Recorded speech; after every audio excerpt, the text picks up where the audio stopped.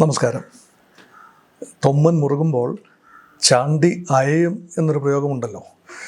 അത് ഒട്ടൊക്കെ ശരിയാണ്. തിരിച്ചും ചാണ്ടി മുറുകുമ്പോൾ തൊമ്മൻ അയയും. ഇതെല്ലാം കാണുന്നത് യുദ്ധരംഗത്താണ്. ഒരു വശത്ത് ഇറാൻ്റെ ആണവ പദ്ധതി നിർത്തിവയ്പ്പിക്കാൻ അല്ലെങ്കിൽ അതിൻ്റെ ആണവ ബോംബ് ഉണ്ടാക്കാതിരിക്കാൻ വേണ്ടി തകൃതിയായ ശ്രമങ്ങളാണ് അമേരിക്ക നടത്തുന്നത്. അതിനായി ചർച്ചകൾ നടത്തുന്നു. വലിയ തോതിൽ ചർച്ചകളിലാണ്. കഴിഞ്ഞ ശനിയാഴ്ച ഒമാനിൽ വെച്ച് ചർച്ചകൾ നടത്തി, മസ്കറ്റ് ചർച്ച. ഇപ്പോൾ ഇത് റോമിലേക്ക് ചർച്ചകൾ നീളുന്നു ഈ ശനിയാഴ്ച. അത് ഒരു വശത്ത് സമാധാന ശ്രമങ്ങൾ തുടരുന്നു. വെടിനിർത്തലിനെ കുറിച്ചൊക്കെയുള്ള സംസാരം ഉണ്ടാകുന്നു ഇസ്രയേലും ഗാസയിലും. അതേസമയം അമേരിക്ക ഹൂതികൾക്ക് നേരെ, ഇറാൻ സഹായിക്കുന്ന യമനിലെ ഹൂതികൾക്ക് നേരെ ആക്രമണം കടുപ്പിക്കുന്നു. ഏറ്റവും വൈകി വന്ന വാർത്തയനുസരിച്ച് 38 ഹൂതികളാണ് ഒറ്റയടിക്ക് ആക്രമണത്തിൽ, അമേരിക്കൻ നേരിട്ടുള്ള മിസൈൽ ആക്രമണത്തിൽ കൊല്ലപ്പെട്ടിരിക്കുന്നത്. നമുക്കറിയാമല്ലോ, 2 അമേരിക്കൻ എയർക്രാഫ്റ്റ് കാരിയേഴ്സ്, വിമാനവാഹിനി കപ്പലുകൾ ചെങ്കടൽ നങ്കൂര പഠിച്ചിട്ടുണ്ട്. അത് പ്രത്യേകിച്ച് അവിടുത്തെ ചരക്ക് ഗതാഗതം, ഹൂതികൾ പ്രശ്നമുണ്ടാക്കുന്ന ആ മേഖല, ചെങ്കടലിലേക്ക് പ്രവേശിക്കുന്ന കുപ്പിക്കടുത്ത് പോലെയുള്ള ഒരു മേഖല, ബാബ് എൽ മന്ദേബ് എന്ന് പറയുന്ന ആ പ്രദേശത്തു കൂടി കടന്നെങ്കിൽ മാത്രമേ അറബിക്കടലിൽ നിന്നും, അതായത് ഏഡൻ ഉൾക്കടലിൽ നിന്നും ചെങ്കടലിലേക്ക് അമേരിക്കൻ ഷിപ്സിനോ മറ്റ് രാജ്യങ്ങളുടെ കപ്പലുകൾക്കോ കടക്കാനാവും. ലോക വ്യാപാരത്തിൻ്റെ തന്നെ ഏതാണ്ട് 20% സമുദ്ര വ്യാപാരത്തിൻ്റെ 20% കടന്നു പോകുന്നത് ആ ഒരു ഭാഗത്തു കൂടിയാണ്. അത് ഇപ്പോൾ നിയന്ത്രിക്കുന്നത് ഹൂതികൾ ചേർന്നാണ്.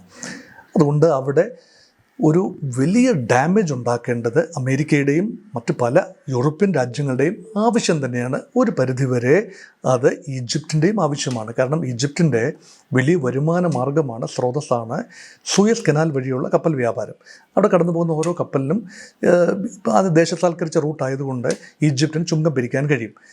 ഇപ്പോൾ പേടിച്ച്, ഹുതികളെ പേടിച്ച് ആഫ്രിക്ക മുനമ്പ് ചുറ്റി, കേപ്പ് ഗുഡ് ഹോപ്പ് ചുറ്റി കപ്പലുകൾ യാത്ര ചെയ്യുമ്പോൾ യഥാർത്ഥത്തിൽ ആ ഒരു വ്യാപാരം ഈജിപ്തിന് നഷ്ടപ്പെടുകയാണ്.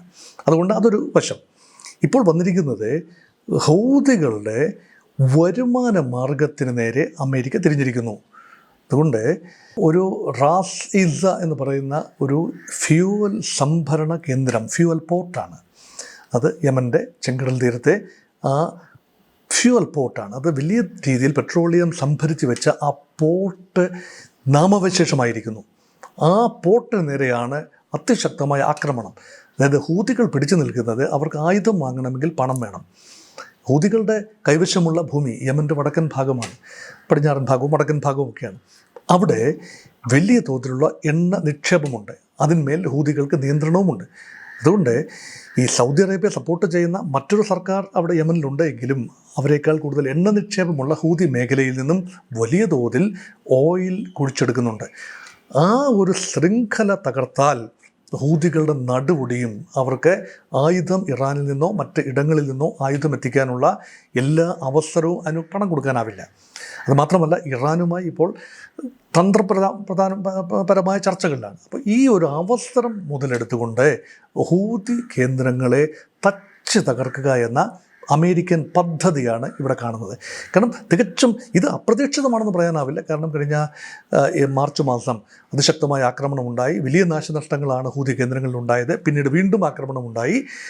അടിയും തിരിച്ചടിയുമായി നീങ്ങി. ഹൂതികൾ പല ആവർത്തി ദീർഘദൂര ഈ ഹൈപ്പർ സോണിക് മിസൈലുകൾ വരെ, ഒരു പക്ഷേ ഇറാനിൽ നിന്നോ ഒക്കെ ലഭിച്ച മിസൈലുകളാണ്, അതുവരെ ഇസ്രയേലിനെതിരെ പ്രയോഗിച്ചുകൊണ്ട് ഹമാസിനോട് ഐക്യദാർഢ്യം പ്രഖ്യാപിക്കുന്ന, അല്ലെങ്കിൽ ഇസ്രയേൽ ഹമാസ് കൺട്രോൾ ചെയ്യുന്ന ഗാസയുടെ മണ്ണിലേക്ക് സപ്ലൈസ് കടത്തിവിടാതിരിക്കുന്നതിനുള്ള സ്വാഭാവിക പ്രതിഷേധം എന്ന നിലയിൽ ഹൂതികളുടെ ആക്രമണമുണ്ടായി. പക്ഷേ ഹൂതികൾ ഇപ്പോൾ നിരന്തരമായ ആക്രമണത്തിന് വിധേയമായിക്കൊണ്ടിരിക്കുന്നു. അത് ഇസ്രയേലല്ല ആക്രമണം നടത്തുന്നത്, അമേരിക്ക നേരിട്ടാണ്.